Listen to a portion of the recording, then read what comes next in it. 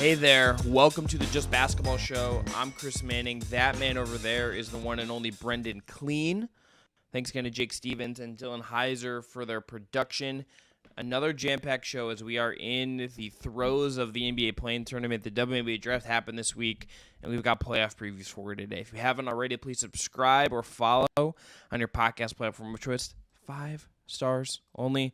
And remember to subscribe, hit the notification bell over on YouTube. Find us on TikTok, Instagram, all those great social platforms as well. Brendon, let's start with the play-in reactions because there was so the Lakers beat the Wolves in kind of like a wild game.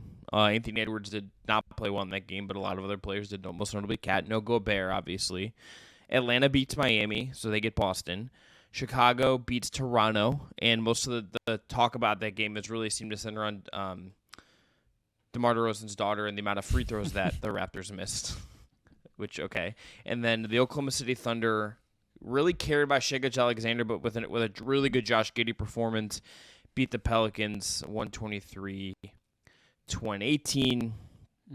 This sets up a spot where we'll kind of see who gets out of this like kind of next round here and kind of who ultimately gets these 8 seeds. I mean, I don't think either of these teams are really going to make a big push, but we do get some intrigue at least there. But is there a game you want to start with, Brendon? Yeah, let's start with Pelicans Thunder. I think that was the best game in my opinion, and also the one that I think kind of had the most stories coming out of it. I think this is what the play-in is going to be. I think the play-in is going to be an opportunity where we're going to come off of it every year with at least one upstart team. I'm not saying there's always going to be a 10 or a 9 that upsets a 7 or an 8 and gets in. I just mean it's this opportunity with the pressure cooker environment of a 1-game, 2-game, win or go home type of situation to let one of these guys elevate. And I think last year it kind of was the Pelicans. This year they obviously lose to the team that is that this year, which is the Thunder. And I mean, Shai is just unbelievable. I mean, I don't want to take anything away. You mentioned Josh Giddey. I thought a lot of players made plays for them in this game. I thought both Jalen Williams were pretty solid, especially just filling roles and being confident, frankly, in a game like that, being so young. But the 2 shots that Shai made at the very end of this game, one of them was off of that steal, the kind of leaning bank shot with his right hand in transition, and then the fall-away jumper on that left baseline to take the lead and kind of cement the win. It's just pure SGA, and I don't feel like anyone on the Thunder is capable of that, to create a shot like that or to make a shot like that. And it's just crazy that we are now 83 games into the season and he continues to lift that team's offense onto his shoulders in spots like that over and over, and they win. This is a young team that, to me, like, the Thunder just have no business being this good already. And they are. And they're 1 win away from being in the playoffs and getting to go against Denver and have probably a pretty fun series there too. This team, Brendon, if I had to draft today, like a future team that's just going to ascend and like I could buy future stock in and like invest in for like my retirement portfolio, it would be the Thunder. Like there's no team I think that is set up to just be awesome for the foreseeable future with some of the talent they have. I mean, and it starts with Shai. He like they put Herb Jones on him for much of this game, and Herb Jones, I don't think he's like quite been like a not on Herb like level of like guy this year. It hasn't quite felt exactly like that to me, and like some of that's just because I think he's not making shots on offense, and you just kind of get lessened as like your impact feels lesser when you're just not sticking the shots you maybe hit a year before. But he's still a really good defender, and he's like on Shai for much of this game, and like he's giving him fits at times. And then Shai's just got the footwork, got the patience, got the craft, got the size to just be this like all NBA monster. Like he should absolutely just like be locked into first team all NBA with games like this. I know this is technically the playoffs and doesn't count, but like this is like confirmation that it's just like, God damn, this guy can do basically everything. This guy can run your offense and be your lead scorer. And he's really buoyed by Josh Giddey. He's buoyed by Lou Dort, who had a really great game. I'm looking at the stats for this game. Can you give me a guess on what you think Josh Giddey's assist percentage was for this game? Well, he had 10. So he had 10. I'm gonna guess it's pretty high because he also played 42 minutes. 38.4%. That's like an absurd like clip of just passing, and he had 31. And so he like was taking like pull-up jumpers and and all this yeah. stuff. It was not just like lucky points or transition stuff or finishing off of what others were getting for him. This is probably one of the best scoring games Josh Giddey's ever had in his life. I mean, and it happened to come in a play-in game. Maybe the best. I mean, his final stat line is 31 on 11 of 22 shooting. That's the same number of field goal makes and attempts as Shai. 3-7 from 3, 6-7 from the line, 10 assists, 9 boards, a block, and 2 turnovers. I mean, I didn't watch his Australia tape super closely, so I'm not ready to say ever. But I am. I mean, man, just considering like the stakes, he was incredible. Yeah, and look, I don't feel too bad about this if I'm New Orleans. Like the Zion thing kind of holds over this a little bit. Ingram was again just fantastic, 30 and went to the line 11 times. You maybe would have got to like a little more out of your bench. Like nothing, you didn't really get a lot of punch from your bench unit, but I don't really feel particularly like bad about this if I'm New Orleans. I mean, McCollum was not good. He really struggled in this game, 5 of 15 from the field, but this to me is about the Thunder, and if we're talking about like them versus the Wolves on Friday, the Thunder are the much more fun team to advance and play the Nuggets. Yeah, it looks like Rudy might not play. It would be an OKC Denver OKC would be a complete mismatch of styles, and I'm kind of rooting for it just for the fact of the best post-up center in the NBA versus a team that does not have a center. Would be a very weird and fun series. But I think we should actually hit the New Orleans side of this a bit. So you mentioned CJ McCollum. Okay. He actually, right before we hit record, had a comment going around from what I presume is like, exit interviews with the media. He said, we've got to be available. We've got to do what we need to do off the court in terms of preparation, getting treatment, getting the right sleep, the right type of hydration, and having the right type of diet. I think we can read, there's hardly any lines to read between there. That it's pretty clear what he's talking about. The number 1 overall draft pick in the room, so to speak. I didn't want to go elephant because I felt like that was going to be a little rude, if you know where I'm coming from there. But you know what I'm saying. Yes.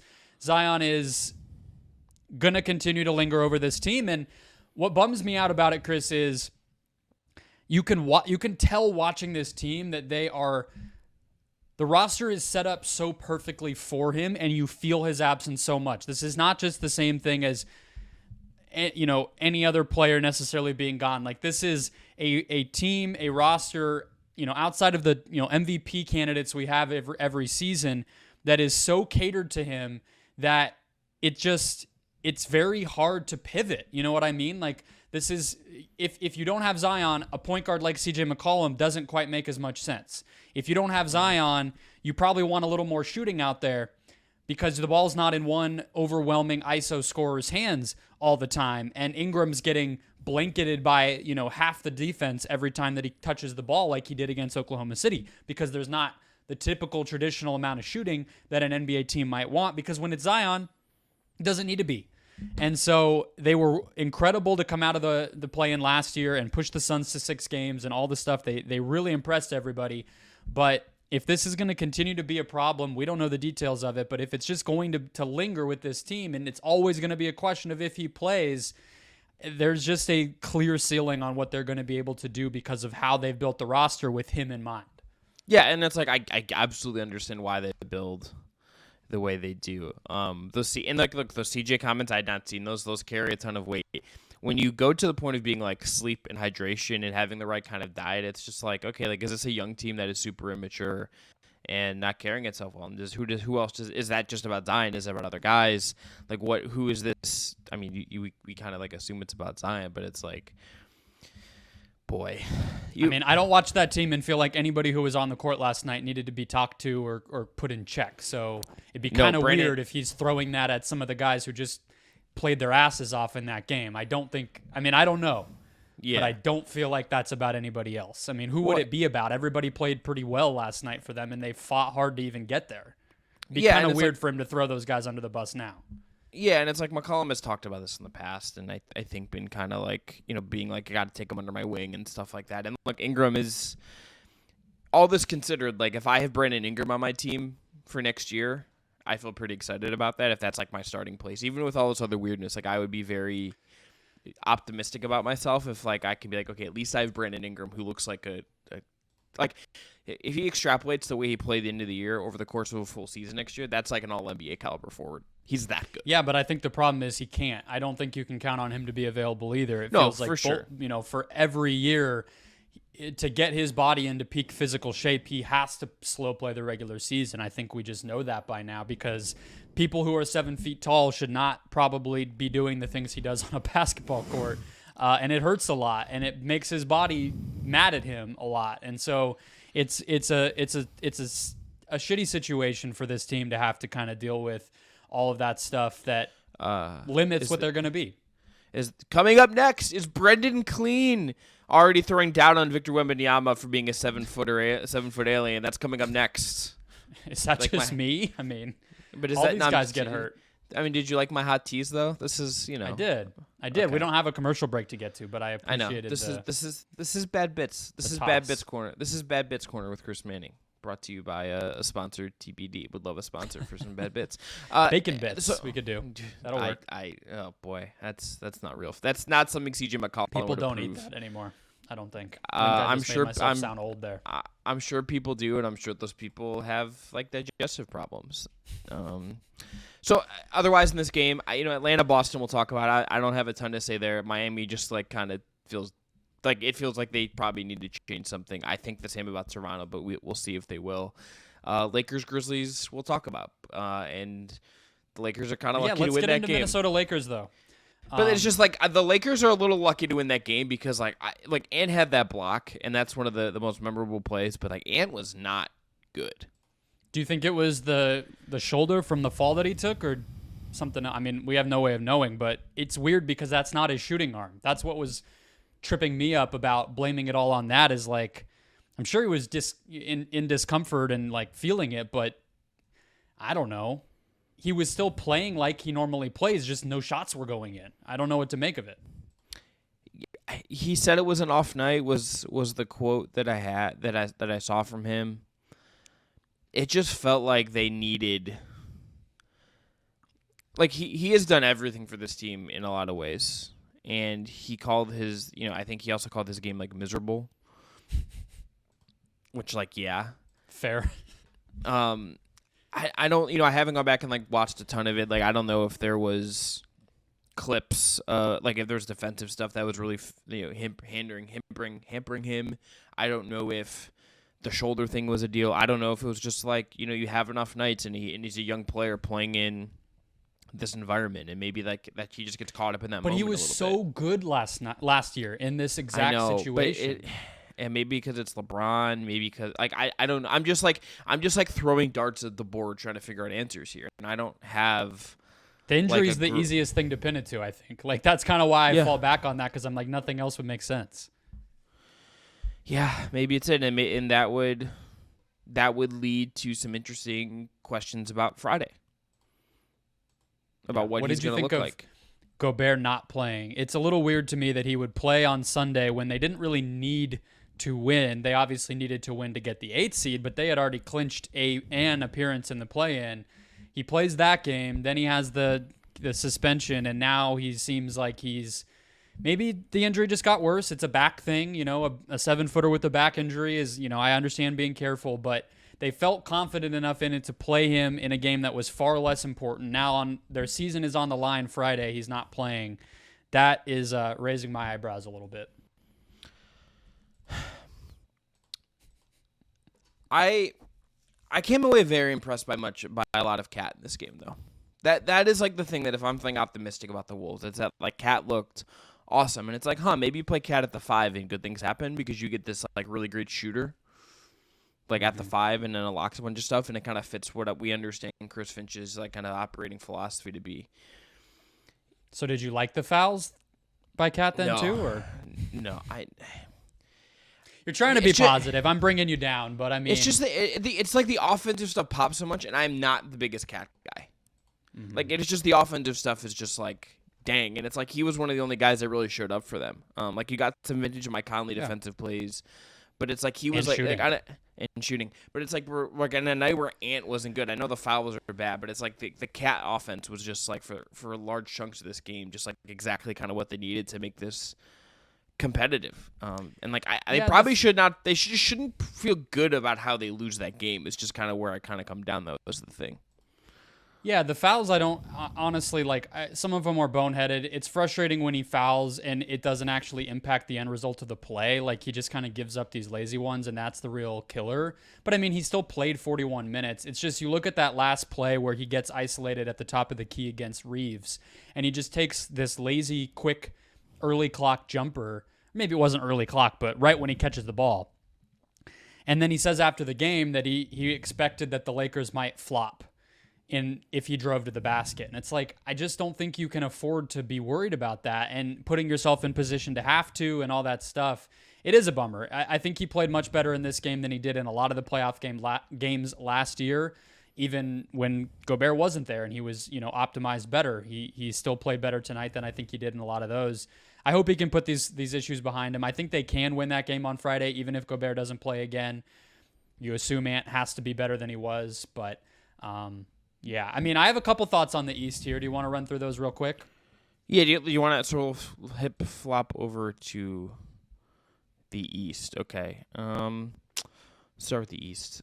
So what do you want to go? Do you want to go order? I mean, like I meant the play-in games real quick. Oh, okay. Hit me. Oh, I just think a shout out to Quinn Snyder and the coaching staff. I mean, the game plan that they drew up defensively against Bam in particular for Miami, and just kind of being, let's say, finally once and for all, the Heat shooters are not to be trusted, and we're going to treat them that way. And this is kind of what the play-in is you can draw up a scheme that overemphasizes one thing and forces an offense to adjust. And if there's not a great adjustment, Kyle Lowry gave it his all, but other than that, there wasn't a lot to be done because the personnel just wasn't there. Then you're going to give yourself a great chance to win. And also, I just think it's obvious beyond obvious, but the Hawks are just a completely different team when Clint Capella is at his best. Like, he has not been that since they made the conference finals. And then sure enough, he plays a very, very solid defensive and rebounding game, and they beat a team that they were not favored to beat. Like, it sometimes is that simple. They had their full kind of arsenal of talent, and that clicked everything into place. And then on the Bulls side, to me, or more on the Toronto side, I just was very confused as Zach LaVine is going off, shooting all these off-balance jumpers, getting by guys and finishing at the basket, all that stuff. They didn't feel like they had any better option than keeping Fred VanVleet on him in the second half, who is fine as a defender, but is giving up like 4 inches to LaVine. That was confusing to me. And I don't know. I don't want to read too much into the Raptors, but judging by their fans' reaction, I think a recap on a Raptors blog I saw was just the season is over finally. And that kind of is how it felt from the basketball as well. Yeah, I am very intrigued to just see them adjust. I am very curious to see that kind of what they do. The other with the Hawks, with Okongwu and Capella, Okongwu's also awesome, and it's like if there's a way for that franchise to pivot into like get other kinds of better players that I think they probably need, like you would think Capella might be the thing you flip, and like just be like, okay, Onyeka's ready for more. Onyeka's ready to kind of be our guy, but it's also like Capella has been great for that team, and he might have been the MVP of that game for them in a lot of ways. So that's I saw you tweet a Capella destination, but I can't remember what it was. Oh, I was trolling about Gobert trades. That wasn't anything serious. Oh, okay.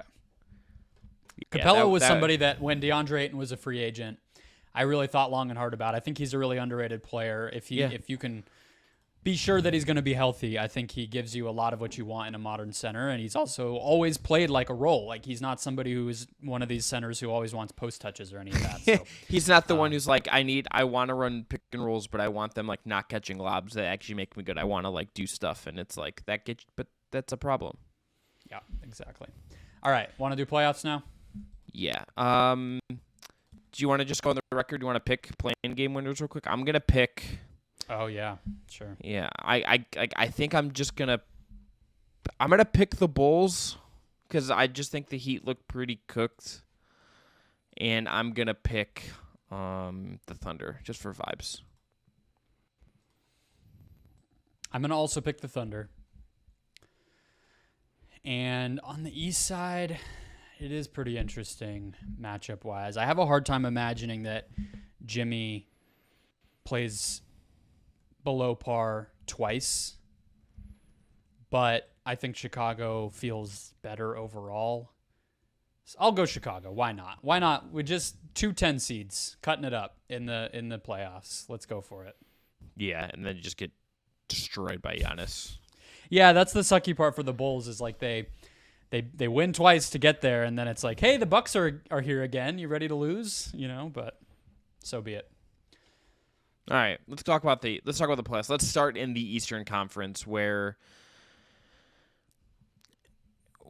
I think the series we have, there is one that is good and there are two that are kind of okay. Let's start with Boston, Atlanta. That's the 2-7. We're both going to pick Milwaukee to beat the other team. I don't think there's a ton to say there. I also, Brendon, don't have a ton to say about Boston, Atlanta. I think the Celtics are probably winning this pretty easily.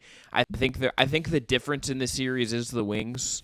It is just Tatum and Brown are going to be so much better than anything Atlanta can do.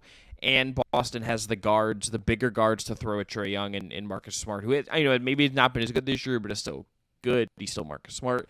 And they have Derek White and they have Malcolm Brogdon. I think Boston's going to cut through Atlanta pretty easily and get through that series in 4 or 5. Yeah, so I did a thing that I'm watching, what is going to matter the most to me for each series. And most of them are kind of in question form, but we'll go through those as we go if you have them as well. I have just, will Boston take care of business here? I mean, that's pretty straightforward, but I think the boards are going to matter a lot in this series. The Celtics have been a top 5 defensive rebounding team since the All-Star break, and the Hawks have been a top 5 offensive rebounding team since the All-Star break. The Celtics also don't foul as a defense. They're very good at just containing the ball and helping and not sending their opponent to the free throw line. The Hawks, obviously, especially Trae, would really like to get to the free throw line on some junk drives to the basket and just transition stuff and broken plays and all of that. That's part of how Trae keeps their half-court offense going. But you're right about the wings. I mean, I think DeAndre Hunter is what I meant to say. It's just, he's a disappointing player to me because I just feel like we're waiting for that jump and everybody kind of likes him, believes in him, feels like he's this young 3-and-D guy that should take a leap, and it just hasn't come. So as much as I want it to be this series, I don't feel like we've seen enough to feel like it will be. DeJounte Murray was guarding Jaylen Brown in the last matchup that these teams played. That's not a recipe for success. Jaylen Brown is significantly bigger than him and already is overpowering for most opponents. So, yeah, I don't really think the Hawks have much of a path to winning, and I feel like as long as Boston can kind of keep Trae in check, not to shoot too many threes, which we've talked about with the Celtics, and then control the boards or at least stay even there, I think the Celtics could even sweep in this series. But what's your pick? I have the same thing as you, but I'm taking the Celtics in 4. This is get it out of here season. I said 5 because I do feel like the Hawks have a pathway to winning. If they got hot from 3 or they got a big rebounding game out of Capella or Trae just went off, I could see them stealing 3 or 4 at home. But yeah, this is a series where talent-wise, Boston is, a sweep type of candidate for sure. They were a big winner of the play-in. I feel like they probably did not want to deal with Miami again. No, I think we should retire Atlanta Miami games with in the play-in or the playoffs for 2 years. We should be able to opt out of that. Fair. To shuffle around a little bit. All right, let's go to Philly Brooklyn. Brendon, my number one thing in this series that I want to see is not, you could go James Harden's held. You could go how do the 76ers kind of maximize Embiid. I'm just going, let's see what Mikal Bridges looks like in a playoff series as a lead option from the way we've seen him for the first time. He has just been a revelation in Brooklyn. And I just feel like I know what Brooklyn kind of is. I know what Philly kind of is. I kind of think I know where the series is going. But Bridges with Brooklyn is averaging 26.1 a game, shooting 53.1% on twos, shooting 37.6% on threes. He's getting to the line more than he ever has. He looks like just an offensive lead monster and like looks like a breakout guy, and as he's at 26, looks like a guy they can just keep building with and building with and building with. And this is going to be his first run through. Like, he's been in the playoffs before, obviously made the finals, but this is going to be his first time like as the lead guy that defenses are game planning for. I just want to see him go through that, but that's kind of a hipster pick, I admit. That this feels like I'm pandering to you. You mean the person who's recording this podcast with Mikal Bridges' jersey right behind him? Yes. Yeah. No, I don't think that's a hipster pick at all. That's exactly what I have. I mean, maybe that doesn't prove anything. Look at us. But it's just two guys talking about Mikal Bridges.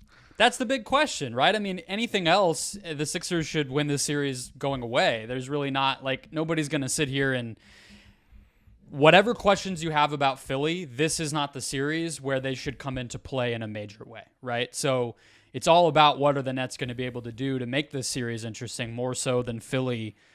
They're not going to need to adjust. They shouldn't need to play their cards or really prove anything in this series. They have the talent. I think, they should be able to win this pretty easily. If Bridges, my question, my sort of thing that I'm watching, thing that matters to me about this series is how much can Mikal Bridges force adjustments to the Sixers defense with his pull-up jumpers. So I got a little more specific on it than you, because I talked about this last week when we talked about our one-on-one matchups, and I had Bridges versus Embiid as kind of an under-the-radar one. Bridges has been the best pull-up shooter in the NBA since he got to Brooklyn. That's not just threes, and I'm not just saying that like my opinion. I mean, statistically, he's taken more than anybody, and of anybody in the top 10 in volume, he has the best field goal percentage on those twos and threes combined. But we also know Embiid, first of all, he kind of doesn't like to go full throttle defensively, period, in the first three quarters, but he also wants to be in that drop, right? So if Bridges can make enough of those pull-up jumpers to make Embiid come out to the level of the screen or get more creative with how they're defending the pick and roll that Bridges is running, or DHOs, or just whatever off-screen stuff that he's doing, then suddenly Embiid's having to give up more energy. Maybe he's getting more tired. The Sixers as a team are working a little harder. Harden's already not playing his best heading into the playoffs, and you start to put together the recipe for how the Nets could make it a little bit of a longer series. I still have a hard time imagining that the Nets win this series, but it could be, a surprise like 6 or 7 if everything goes right for Bridges and for the Nets overall. They have a size advantage. I think that's one very clear thing to me is their guards and wings are just bigger than the Sixers guards and wings. And so you could see Bridges having a good time with that, but also, if it's DeAnthony Melton coming out to contest on like a Joe Harris spot up 3, Joe Harris is just seeing the rim with no problem, I do think that'll be interesting to watch overall, but I think we're both on the same page, as was everybody, that Philly should win this. Yeah, Harden's health is just, let's see what he looks like. That's just going to be a thing, I think, as long as Philly's around in the playoffs and kind of dictates their thing a little bit. What's your pick? I have Sixers in 5. Okay, and I think this is one where they just need to prove it. They just need to come out, be the better team, win this series, and not have to have any of the crap we just talked about even matter, personally. Like, if they're going to have the type of run that Embiid is ready to have and that this team has some pressure on it to have, they need to take care of business in this series. Yeah, I'm with you. Sixers in 5. All right, let's go to Cavs Knicks. This is the popcorn series of the first round in the East. We don't exactly know what's up with Julius Randle and his injury status. And Brendon, that's my question. I think this series is only really competitive if Julius Randle is going to play and be able to be healthy. Last we have heard from Tibbs, he is not going through contact yet. And if he's not right, I know like they can play smaller. They have the shooting, they have the offensive rebounding stuff that can really push on some weakeners for Cleveland. But they really, I think, just need Julius Randle. They need what Randle is as an offensive creator. They need his shooting. They just need what he's providing for them at the power forward spot, I think, to kind of have the oomph to kind of compete with Cleveland. So for me, it's just like, does he play at all? And if he does play, what does he look like? And how does that just shape out what New York is? I think this series is closer if he plays, and I don't know how close it will be if Randle doesn't play or doesn't look right. Yeah, I have, can the Knicks change how they play enough to make it close? I have to make fun of your take there a little bit. You think it'll be more competitive if the second best player plays? I mean, I'm just wondering what you think happens, because I think that's the more interesting question, right? It's like, how do the Knicks evolve considering they can't have the dude? Because they've had it for a while. I think that's an advantage. It's not like Paul George in one of the Western Conference series where it's like they're kind of still figuring out what they are without Paul George. The Knicks, they've had some time to figure that out, and I just look at, to me, really quick, and then I'm curious because you've spent a lot more time thinking about this series than me, which is why I'm making fun of you, is I know you have more thoughts. Mitchell Robinson, to me, needs to play more. Like, he needs to max out. Whatever the Knicks training staff feels like the most he can play him that much. And then the Knicks were top 10 in three-point frequency and efficiency since the All-Star break. Can they tick that up, like, even more? Can they just say, we're letting it fly? And then I feel like, can Quickly and Grimes take a higher usage than they've had, which is obvious. Mm-hmm. But I think those two guys in particular, if they can burn the Cavs defense with floaters, pull-up jumpers, not, those in-between shots where they're not dealing with trying to finish against Mobley and Allen, then I think, you're starting to get to something where the Knicks can keep this competitive, and it's just going to take young guys stepping up a lot. I don't think this is an RJ Barrett series, which is why I did not say his name, but I do think there's some players who can step up and make this interesting. The Robinson thing's a good shout, and I think their center play and their forward play in general is going to be key, just because one of the weaknesses the Cavs have is they get absolutely shredded on the defensive glass when it is just Mobley on the floor at the 5. One of the big weaknesses, really the only weakness, with Mobley at the 5, I think the big one has proven to be their defensive rebounding. None of those lineups are rebounding defensively correctly. They're just getting the crap kicked out of them by opposing teams. The Knicks are a team that offensive rebounds pretty well, and if it's Robinson and they're gang rebounding and they're getting to these second chances, that can make this game closer than it maybe it should be. That's a real point of concern for Cleveland. They also have to see, we'll see what Isaac Okoro looks like. I also just did not the headline of the series is Donovan Mitchell and Jalen Brunson. That is the real main course of this series, and we've talked about that, and it's going to be talked about to death. And it's I felt like there's a need to just look a little bit elsewhere. I really do also just on the rebounding point. The Cavs play smaller. When they just don't have a lot of size. For a team with 2 7-footers, they just are not particularly big on the wing. And I wonder if at some point, Danny Green, as a guy who will be competent in shooting and being in the right spots, and maybe just cleans up some of this stuff by just knowing where to be, or Dean Wade or someone pokes their head up above the ground and makes and kind of helps figure this out with Evan Mobley on the fly. Those lineups should be great offensively. They are great offensively for the most part. The spacing is nice. Everything fits. It's just that one aspect that leaves them very vulnerable, makes them feel not as good. And I just wonder if they can find a fix on the fly here. Or at least one that gets them through to round 2. Yeah, I hear you on all that. I feel like that's an area where Josh Hart and even RJ Barrett, I actually think could make a pretty big impact on this series is rebounding for their position, just pursuing the ball when there's misses and everything else. And it is a clash of two very different teams. The Cavs are a bottom 10 defensive rebounding team overall this year, and the Knicks were the second best offensive rebounding team in the league. Now, Randle does a lot for you as an offensive rebounder, but if they can commit to that, Hart obviously is not going to really be a step down. It's just, different types of lineups. I don't think people realize just how good Mitchell Robinson has been this season.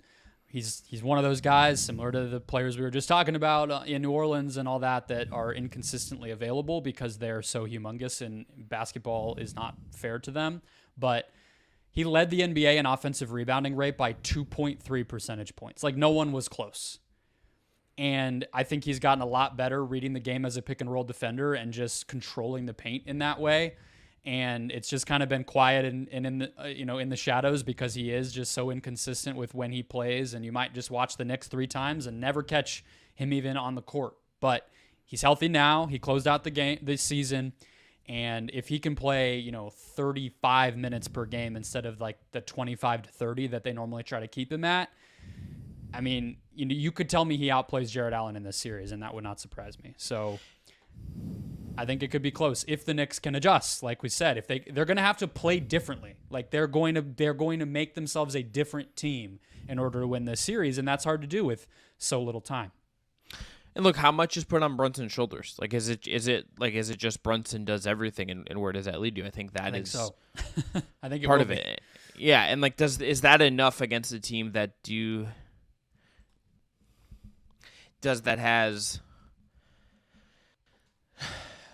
has Garland and Mitchell and like all these different mechanisms to like the talent is just there for them, and like in particularly at the guard spots, just like has all this stuff, and it's like is Brunson like in superhero mode? Is that enough? And I tend to. It was great in the first round last year, but yeah, it's gonna take a lot. I don't. Let's just do our picks then, because it feels like we're getting there. Well, you go first. I'm going Cavs in 7. That's exactly what I had. That's insane. I felt like I was going to do that to kind of make you mad and troll a little bit, because I think most people would feel like the Cavs should take care of business sooner than that. I think it's 7 just because I think there's little weaknesses that I think are going to show up. I think there are just things I need to see, and this is the first time a lot of these guys are going through this. Like, this is Garland's first time. This is Mobley's first time. And I suspect they're going to be fine, but I think, like, there always is an adjustment. And I just think the Knicks are well coached. They're deep. They know what they are. Even without Randle, I think this team will know what it is for the course of the series. And I think the Cavs at times feel to me like there's someone still searching for little identity bits here and there.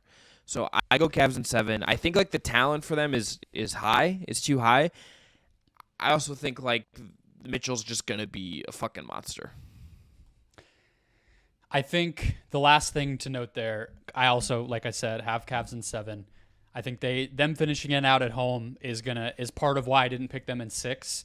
The Knicks were 24-17 on the road this season. The Cavs had a losing record on the road. They're the only top 6 Eastern Conference team to have a losing record on the road this year, and that speaks to their youth, and obviously winning a playoff game on the road in MSG is even more difficult than like a random game against the Raptors in Toronto during the regular season, which they already struggled with. So I think it'll be closer than people think, and then if you do throw Randle in like a game 4, 5, 6, then it's just another wild card. But the Cavs should win. I hope they do. I think it'll be fun to watch them get tested in a round 2 more than the Knicks, but man, the Knicks they're a tough dragon to slay. They really are.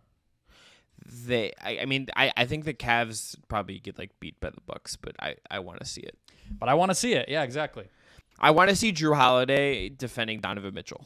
It's like really what I want to see. I want to see Evan Mobley defending Giannis. Is really brother to me that's the main course there. But me the fuck up for that. Okay, let's go to the Western Conference. So I want to just start, Brendon. We'll go in seeding order because these are much more juicy than the Eastern Conference. Yeah, the West is fun. Yeah, Memphis Lakers. Memphis as the 2, Lakers as the 7. No Steven Adams, no Brendan Clark for Memphis. We'll see kind of what their big man rotation looks like. Will Ja Morant be distracted by countersuing a teenager? We will see. Dillon Brooks and LeBron, Shannon Sharp, Anthony Davis playing. I thought our show was called year. Just Basketball, but this series is challenging us. the series is where like the pro wrestling element of pro sports like really seeps into all of this. Do you know how many times I've seen like a clip on Instagram of like LeBron like talking back to the Grizzlies, being like not like just him getting like I keep seeing this clip of LeBron being like annoyed with the Grizzlies this year for like the amount of crap they talk, and him just like I'm not having it. Did you see the flex answer he gave the Athletic post-game after yes. the play-in where he was like, haven't thought about the Grizzlies at all. Here's 10 minutes. There's your column for you, sir. Yeah. Yeah. Love LeBron. King. Love him. This series is going to be a barn burner, and where I go is what is Anthony Davis's impact in this series? Because I think this series is about Anthony Davis versus Jaren Jackson Jr., and I think it is how dominant can Anthony Davis be. Because if Anthony Davis is dominant and wins that matchup and like doesn't have issues with getting a shot blocked or getting in foul trouble or whatever, or gets injured, fingers crossed, the Lakers are going to win this series if Anthony Davis shows up and does the version of Anthony Davis we've seen for a large chunk of this year. If that guy is here and it can do that against Triple J, the Lakers have to feel really great about this matchup. Yep, we have a similar thing again here, but I think this is very much, I guess, just who we are. I have a little bit more specific version that probably was too specific, but I had what do the Grizzlies try to take away from Anthony Davis? Because obviously the first take version of this is AD going to stay healthy? Is he going to be reliable? Is he going to be, falling on the ground and being a crybaby and all the nonsense that gets thrown his way? And then on the Grizzlies side, the obvious counter to that is Jaren Jackson's going to foul him too much, and is JJJ the rightful DPOY after his 6-foul performance in Game 2? We can forecast this all out. It's pretty obvious. Like you said, it's going to be very delicious storylines. Which honestly, kudos to the Grizzlies, being the sexy team to debate and dissect, and not always for the right reasons, but look at them go. So, with what do they take away from Anthony Davis? I think the obvious thing for me is I don't think Xavier Tillman is the answer. I think they're going to have to get creative. But I also think you don't want to let AD isolate on Triple J too much, right? And so because of the fouls and because, if you can avoid it, you don't always want to have your best defender guarding the best offensive player 48 minutes because that's exhausting and hard to deal with. So I think you have to get creative. Can you put Jaren on a non-shooter when the Lakers have one out there, Vanderbilt or Hachimura or somebody like that, and then maybe you bring a player like Aldama onto the court, Santi Aldama, their backup 4, or even Zaire Williams, who got healthy toward the very end of the season. I don't think he can guard Davis, but maybe he can guard LeBron, and then maybe Dillon Brooks guards Anthony Davis, and then you have Jaren as a helper for when Davis does drive in that face-up stuff that he loves or the pick-and-pop stuff. You have Jaren there to take away his space, try to block his shot, rotate, make him give the ball up at the basket. I think that's how much the Grizzlies are going to have to adjust here. And that's not even to mention, as you get later into the series, assuming LeBron can kick it into high gear and you have to deal with that whole thing. So that's my question, is kind of what's the chess match defensively on Memphis's side to try to take Davis's scoring away? Because I agree. If he averages 30 plus, the Lakers, it might not even be close, frankly. And look, I don't think they're going to have a great answer for LeBron over the course of this series. I'm sorry, Dillon Brooks is a good defender. He's not slowing down LeBron.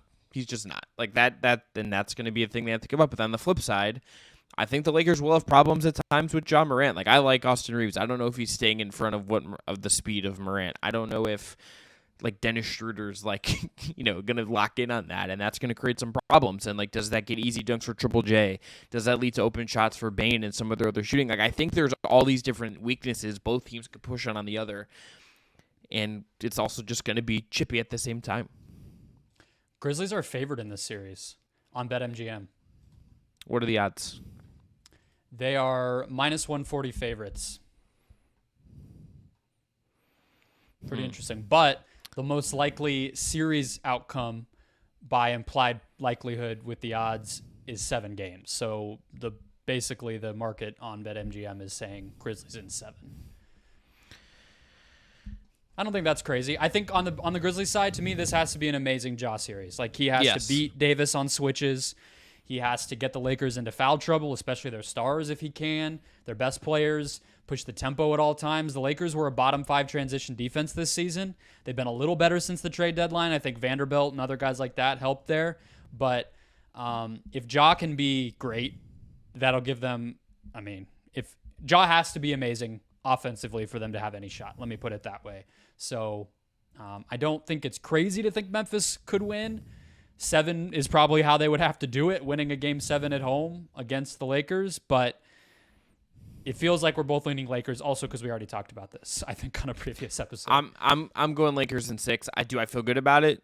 No, but I'm gonna go Lakers in 6.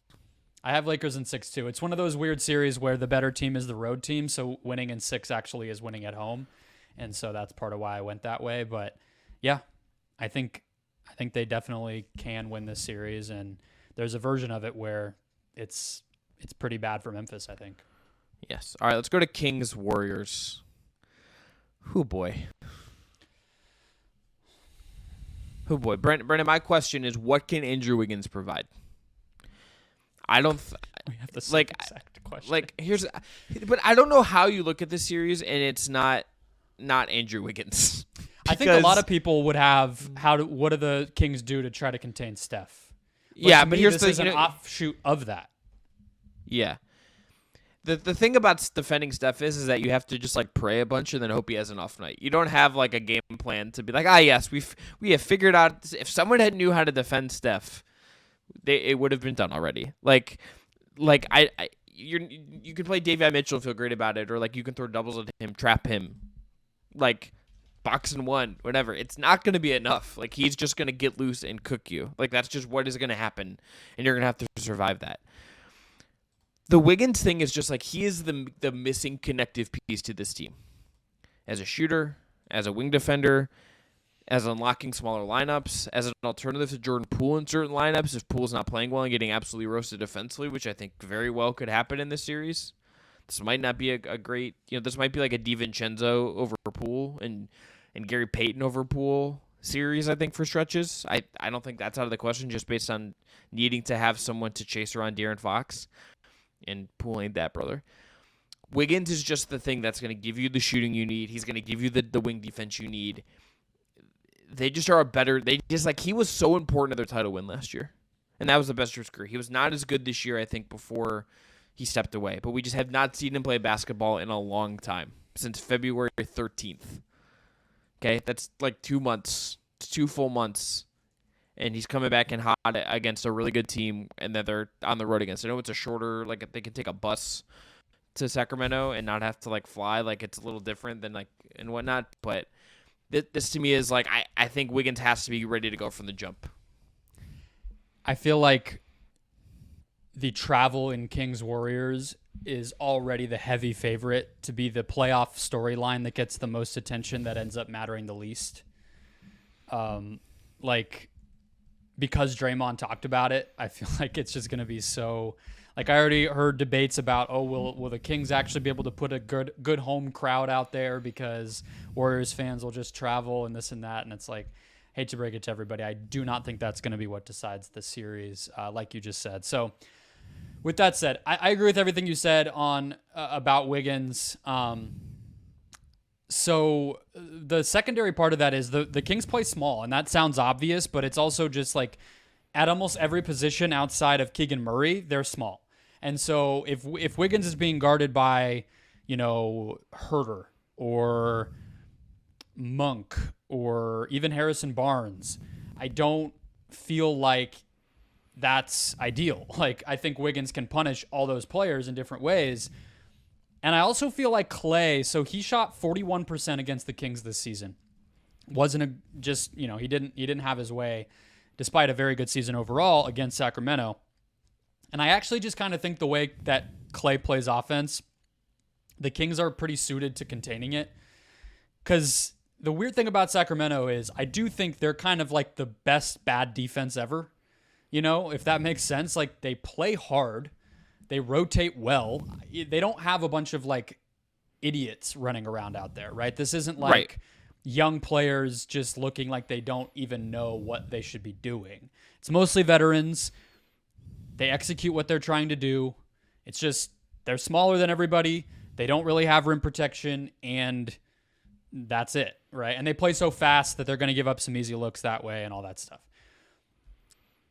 And I feel like Klay is somebody that, with all that said, they can kind of keep him in check. And so Wiggins has to be, especially when Steph is off the court, to me, that consistent secondary scorer. The Kings bench is really good at scoring. And so I watched one of their games from November, but everybody was pretty much healthy. It was pretty close to what we're going to see. The Kings took like a 10-point lead in the second and third quarters when Curry was off the court. So if Wiggins can do that in some of their bench lineups where he'll be featured, I think that it takes them from being the likely winner to maybe just a dominant winner in this series. That said, the Warriors are -2 with Wiggins on and Curry off this year. So like you mentioned, it hasn't really gone well because Wiggins wasn't himself even when he was healthy this year. He just didn't play as well. So it's not a given that he'll be his best, but if he can be and he can do it, especially on the offensive end, I feel like the Warriors go from the team on BetMGM, they are -275, and the most likely series outcome looks like it's 6 games to a team that, you're maybe talking about, can they win it in 5 on the road or something, because Wiggins is just that good. He might come off the bench, it seems like, which is interesting. We'll see what that looks like.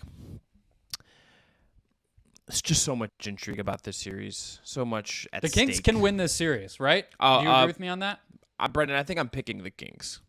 Oh, wow. I'm not picking the Kings. I'm going to pick the Kings in 7. Okay. I don't like. Here's the thing. I think I do not think the Warriors are going to have a real answer for Fox.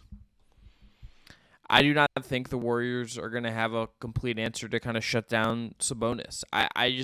The Wiggins thing is just too much of an unknown for me. I think Kings the are Kings a plus 210 on BetMGM. The Kings offense is just electric, and I don't, their defense is good, and the Warriors defense is definitely better, and you'd expect the Warriors to know how to deal with some of this stuff and figure it out because they're the Warriors, but we'll see. I'm going Kings in 7. I'm riding the vibes. We're gonna light the fucking beam, and we're going Kings in 7. I also selfishly, Brendon, just want a game 7 in Sacramento. I want to see that. I want to be able to watch that. Yeah. Can you imagine Game 7 in Sacramento? Some Draymond chicanery happens. Steph and Fox are both going off. Just the electricity in that building, and that'll be radiating off our television. Yeah, on Fox, one other little thing there is Gary Payton is now healthy, right? You mentioned DiVincenzo. Gary Payton is somebody lurking there as well. It's and if there's any team that you're going to feel fine playing Payton against, it is the Kings, because they're not really going to be able to overload or do some defensive shenanigans to take advantage of him not being a threat on that end. So I think he could be a difference maker in this series too. But I have the Warriors in 6. I have what the markets seem to think is the most likely outcome here. So like the Lakers, winning at home in 6 games because they are the lower seed. Let's go to Suns Clippers. This is the one you're going to be at in live and in color. I would be at all the road games too, or at least 3 and 4. But I don't know if you've heard, staying in Los Angeles is stupid expensive, so I will not be doing that. Yeah, I don't blame you. Looking at this series, what's your thing you're looking for? What's popping out to you? Yeah, how great can Kawhi Leonard be? Yeah, is really, it's pretty simple, but I think he just has to be incredible for this thing to have a chance. I did a crossover Locked On show with the Clippers host yesterday that went up on Thursday, and he gave me his best pitch. He picked Clippers in 7, and it's really hard for me to see that. And I hope I'm not looking at it through rose-colored glasses or being too much of a homer. It's going to take an otherworldly Kawhi Leonard for the Clippers to beat the Suns. He is at a 27% usage rate, 27.1 points per game on 54% shooting since the All-Star break. So he's been very good, and I believe that was on 36 minutes per game. So he's been playing, and he played back-to-backs toward the end of the year, which shows me he's really feeling comfortable physically. But I feel like he, and to a lesser extent Russell Westbrook, have to keep the Clippers close enough offensively through the course of the game. Maybe Norman Powell, you should throw that in there as well. Keep them close enough offensively for then Leonard's defense to be able to be an X factor late in games, because they're not going to put Kawhi on Booker or Durant for 48 minutes, at least not early in the series. So he has to be so good scoring the ball, slowing the pace down, all that stuff, so that there's a chance for him to dominate with his defense late, putting the clamps on guys, helping, creating turnovers, all the stuff that he does. It's going to take everything. I'm not, as we'll talk about with our picks, not convinced that it will happen, but that's what it'll take if they're going to win. Mine is the inverse of this. It's just do the Suns just come out and boat race? Do the Suns just come out and look like a really great version of themselves and just does everything click into place right away? This is my favorite right now to come out of the West. This is who I'm picking right now, I think, to come out of the West. Durant is they've been awesome, obviously, with Durant. Booker's, you laid it out, I went back and looked at some of the numbers, looked at some of the film. Like, what an incredible year for Booker. Just didn't maybe play enough games to get full All-NBA stuff. I think, like, I just kind of trust Chris Paul to be good enough. You know, I think this whole, I think how they figure out the rest of the roster, I think will be really interesting, and just how that all kind of shakes out, I think will be kind of one of the little things to kind of monitor as we go here. But especially with Paul George out, and the horsepower of the Clippers just not being the same without PG, and just so much being on Kawhi's shoulders in a two-way sense too, really, right? Like, Kawhi's going to have to defend. I mean, he's going to defend Durant and carry all this offensive load. Like, is he capable of that in a way that's going to shift the series? And does that leave the door open for the Suns to just boat race here and have a couple games where they just look unguardable and just ruin the Clippers in the first round here? That to me feels pretty likely, if not pretty at the very least, that feels possible as a thing here. Yeah, the thing about the Suns is there's a version of this series where they don't even have to adjust, right? Like, for instance, I'm not sure that Devin Booker and Kevin Durant have run one pick and roll yet. Like, they just haven't even had to do it, and they won 8 games. You know, like, outside of the Dallas game, the first Sunday after Durant debuted, which was an ABC game, very fun game, that's the only time they've had to put the ball in Durant's hands on the perimeter and just let him go to work. That's the only time they had to do it, you know? And so they haven't really played Durant at center. They haven't really played like a switch everything defense. There's all these little things that, you know, people got excited about when Durant got to Phoenix that they might not even have to do until the conference finals. Or, not to disrespect Denver, maybe it happens then. I don't think Denver's quite the type of team to make them go that aggressive with those things. They're going to have to worry about other stuff with Jokic. It's just kind of crazy to think, right? And I think that's what's here is if Kawhi, like you mentioned Chris Paul, I think that's a great example. If Kawhi can get switches onto Paul and just go to work, Chris Paul might foul out of these games. He might get hurt. He might have to be benched. Like, that's a version of this where the Suns do have to adjust, but there's a lot of versions where they don't.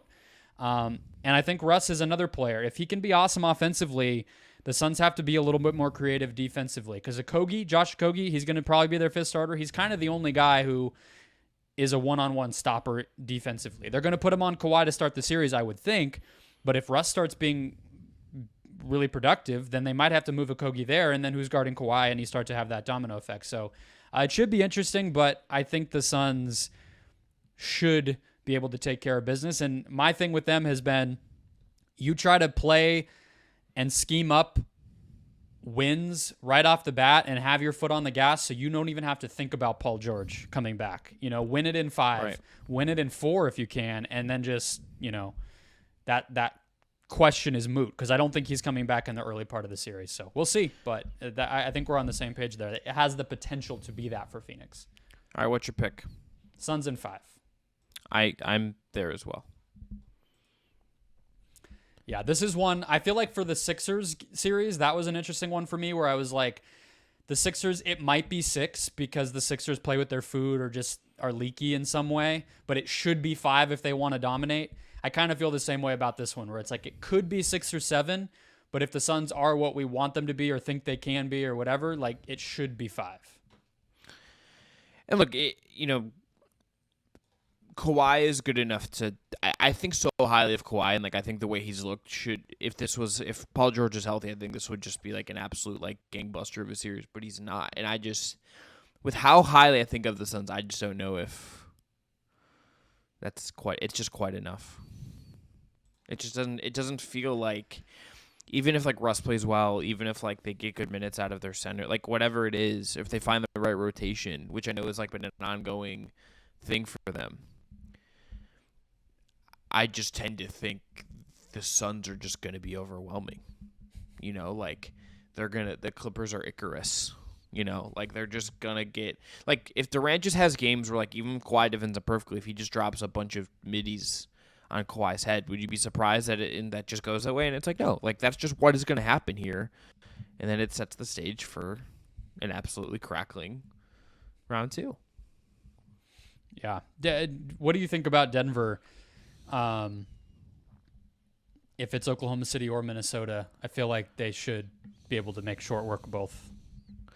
Yeah, but I think I would like to see them navigate the Shai thing, just as like that would how they kind of would navigate that. It's obviously not the same as Booker. It's not the same as Durant, but navigating that kind of score it would be somewhat similar to. But the way Shai kind of gets inside and pokes around and it has craft in that way, I think is a little bit more similar to the guys in Phoenix than it is Ant. So I would kind of just like to see them how they would defend Shai over the course of a 7-game series. That to me is where I would go. Mm-hmm. Yeah, I think that they should sweep the Wolves. I think Shai could win a game or two with Oklahoma City, but it's nice for Denver that it worked out that way, that it's not the Lakers or the Warriors or the Clippers or something like that, or like Zion came back and it's the Pelicans or whatever. Denver will be able to have a nice, easy first-round series, hopefully, and be ready for second round. All right, let's wrap up. Do you want to just hit another WNBA draft real quick, and we'll wrap this one up, land the plane? Yep. So the thing that matters here is that Aliyah Boston went number 1, and the Indiana Fever have something they can actually build around if they do this correctly. Mm-hmm. This is all about Aliyah Boston to me. They get Grace Bridge as well. She played at IU. That's a cool story. She idolizes Paul Pierce. Did you see that? They did did a whole segment about how she wears number 34 for Paul Pierce. The weirdest little detail / trivia question, whatever, that I've ever seen among two athletes. They don't play similarly. They're not from the same place. I don't understand it. Yeah, maybe she just I don't have anything funny to say about that. It's just like Paul George, Paul Pierce. It's like The funny thing is that it exists. That's what's hilarious. Yeah, and it's not like I don't think of Paul Pierce as like an aesthetically really pleasing player to watch, Oh, I do. Not if I'm a 5'8" point guard like she is. Sure. That's what's so weird. I think I have fond memories of Wizards Paul Pierce, but my Celtics memories of Pierce are just about Kevin Durant, or Kevin Garnett more so than anything else. But look, this is a franchise in the Fever that just needed this. Mm-hmm. They just needed we'll see what Berger is. They have Kelsey Mitchell. Aliyah Boston is the face of everything here. Nothing else to me is interesting. Is this what actually gets them on the path to something that isn't just an utter joke? Yeah, I think she's the big story. It was a weird draft. Not to be a hater, but the WNBA draft is too long, and there are too few teams that it would not surprise me if a good portion of these players in what was a very weak draft class don't play in the league. The expansion comments, by the way, but the expansion comments, by the way, are just hilarious. Every time I see them from Kathy Engelbert, I just laugh a little bit. It's always a tease. It's too late in the podcast for me to tee off on that. We got to give me an hour. It is it's every time she talks about it, it's we're going to visit other cities. We're going to have something soon. She's been saying this for, it feels 5 years. It hasn't been 5 years, but it feels like it's been. It's been 4. Years. She's been the commissioner for 4 years this year, so you're not far off. Okay. Yeah, but let's get into Boston a little bit in her game, because I see her surviving in the W a little better than a lot of the similar types of players that are like her have. Tiara McCowan was a big one. There's been lots over the years, and for me, Boston has good enough touch and mobility offensively and decision-making around the basket and things like that I feel like she's going to be able to survive offensively a little better than some of those players, because she can fit into different environments better, in my opinion. Defensive versatility is going to be a question. She played that drop. South Carolina has so much size and intensity and physicality defensively that they didn't have to adjust much, but she probably can't just be a drop big forever unless she's generationally gifted, which maybe she very well is, but usually you gotta have to have some other cards up your sleeve there to be able to survive on the best teams in basketball. So that's my kind of Boston thing. She also shot a 3 sophomore and junior year a little bit and then stopped this year, but it wasn't awful. I think it was around 25-30%. Kind of curious to see if some coach brings her in and asks her to work on that. And maybe it's not, she's not taking 8 a game, but like if that's a little bit of a threat, that's kind of interesting. So I'm excited to watch her grow. The Fever very much needed it. Do you have any Boston thoughts? Because I also have some South Carolina thoughts, questions. I mean, I think you hit kind of everything there. I just think like this feels like someone in the same way. Like I don't know if she'll be as good as, I don't think she'll probably be as good as A'ja Wilson, but this feels like the kind of thing. It's like you draft someone from a prestigious program to a franchise that is like in needing of an identity shaper. This feels like an attempt at that, and I think those things for franchises like matter. You need the best players that come from really good programs that are about the right stuff to come from this. The South Carolina thing, I think it's just think about how like the players from that are, like 3 players drafted in the top 10 from that program. I mean, there's no better program, there's no better coach, there's no better path to the W right now if you're like a good player on South Carolina. And like Boston's ahead of that, but I mean you got Zach Cook, Toledo's own going to LA. Like you're going to 8 to Atlanta. Like there's some good stuff there. Yeah, that's part of what I'm curious about, right? Is UConn, when they were the dominant dynasty, which they very well could have stayed that way, they just have had some bad injury luck in recent seasons. But that was always where you would kind of look to see what was next in the W, right? Somebody like Maya Moore, somebody like Brianna Stewart, even Paige Beckers, who's sort of this like point wing, interesting, low usage, high impact type of player. And it doesn't feel like that's the case with South Carolina, just based on how they play, right? Like A'ja Wilson, very much, she's where the W is going because she's awesome. But I don't really feel like, stylistically, she's like progressive and pushing the boundaries of modern basketball or anything like that. Alicia Gray was on that team as well. I think she is a shooter, a kind of a big wing shooter that could fit into there. But this year's group with Zaya Cook and Bria Beal and Aliyah Boston, even Cardoso next year or the year after, I can't remember when she'll be eligible. That's not exactly what you're looking at. And South Carolina, like I'm not taking anything away from their winning pedigree in college basketball, but it is a little interesting because there's a clash there. Like you're going to play one way at South Carolina, and then odds are you're going to get to the WNBA and you're probably going to need to play a little bit differently. And that's just unique. That's not usually how it works. Usually in most sports, college kind of feeds into the pros, and we'll see. Maybe that starts to happen in other programs, and South Carolina wins, but doesn't necessarily do that. And again, I'm not saying any of that to knock them. It's just a different dynamic, and it's going to be kind of fun to watch how it plays out. But like the past W champions have all been high ball movement teams, high 3-point rate teams, spread you out, bigs who are versatile, whether that's Candace Parker or Elena Deladon or Brianna Stewart or A'ja Wilson. That's been kind of the track record. I even would put A'ja a little bit in the minority because she's a pretty typical kind of throwback type of player. Sure, She's just so good. But the Aces last year around her shot a lot and spread the floor well, and that's why they finally got over the hill and won a championship. And then like people like Aliyah Boston and Camila Cardoso and Bria Beal and all these, they're going to come in and it's like, hold on, where do you fit into that? It's funny to me. It's interesting. The other thing about this draft, Brendon, that I think is worth shouting is a move for the future. Gotta say, Mystics trading out of 4 to get a future pick. That's some light years front office right there.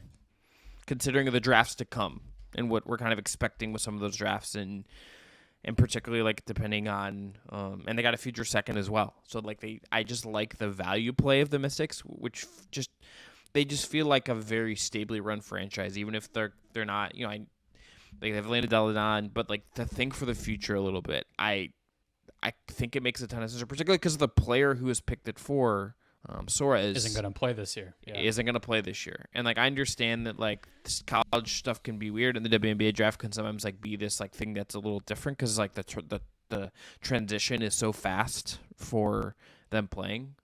Yeah. But I just think the Mystics play on that Suarez trade just makes a lot of sense to just look out for 2025. Yeah, which could be an awesome draft, right? We don't know how many of these players are going to take their 5th year, so some of them are going to be next year, some of them will be the following year. Either way, both of the 24 and 25 W drafts should be awesome.